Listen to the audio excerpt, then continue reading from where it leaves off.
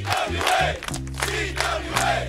CWA! Bernie Sanders did far, far better than anyone expected. He won 23 primaries and 12 million votes, and 43% of the delegates against a candidate who was expected to coast to victory and had the support of virtually the entire political establishment. He inspired millions of people into action and put forward the most pro-working class, radical political program of any major candidate in the last 50 years. His support among young people was so strong that one pollster said Sanders is not moving a party to the left, he's moving the largest generation in American history to the left.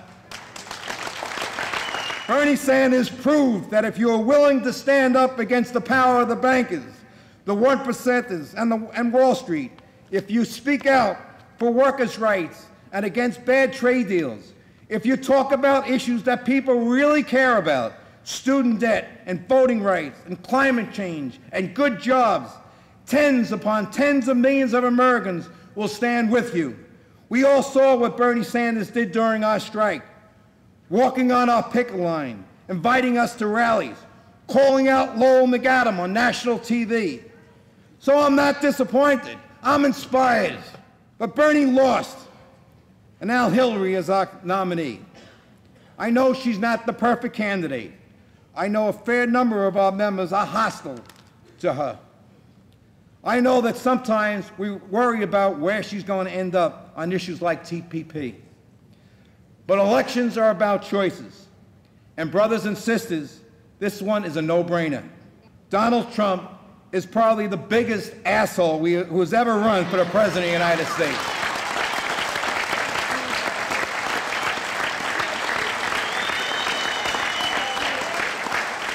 This hotel we're in, it used to be the Trump Marina Hotel Casino.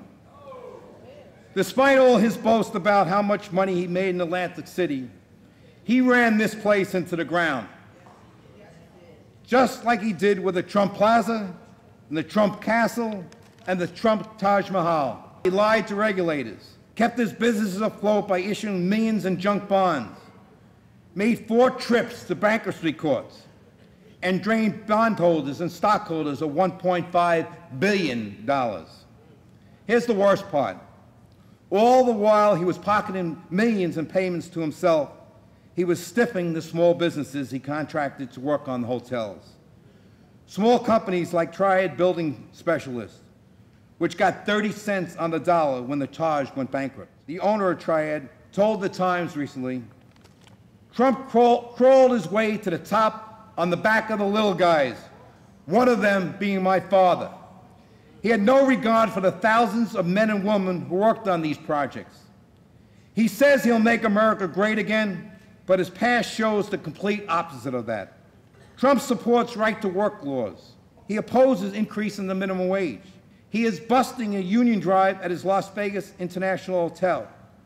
He talks about how TPP is bad for American workers, but he makes his fancy ties in China, and he's cleared the site for the Trump Tower with undocumented workers who didn't even get the minimum wage. He'll appoint right-wing judges, and he'll cut taxes on the rich.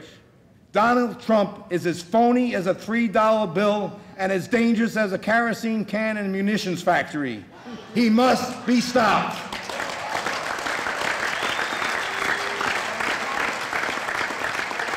The choice could not be more clear in November.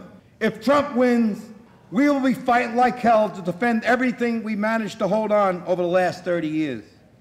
If Hillary wins, we'll have someone with a brain in the White House, and someone that we will be able to push from the left to do the important things for our country, just the way Bernie has pushed her to better positions on TPP, on student debt, and on health care for all.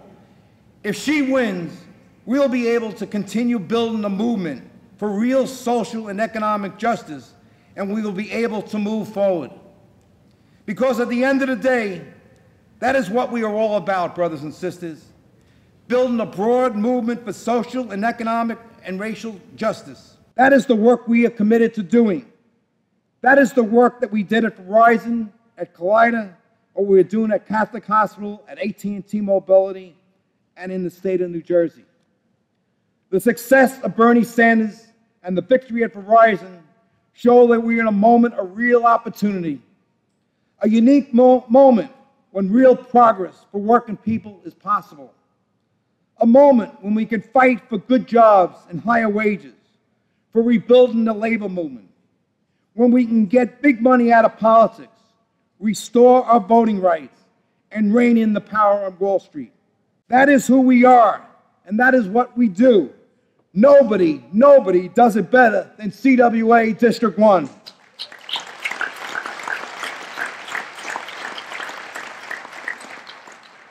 That is why I am so proud to serve as your vice president and so proud to stand shoulder to shoulder with you in this battle. Brothers and sisters, together we will get the job done at the bargaining table, in the voting booth, and next year in the streets. Are you ready? Are you ready to defeat Donald Trump and elect Hillary? Are you ready to fight for the middle class? Are you ready to end racism? Are you ready to build a powerful movement to change America? Are you ready to fight for real change for working class Americans? I'm ready. Thank you, brothers and sisters. We will move forward. CWA! CWA!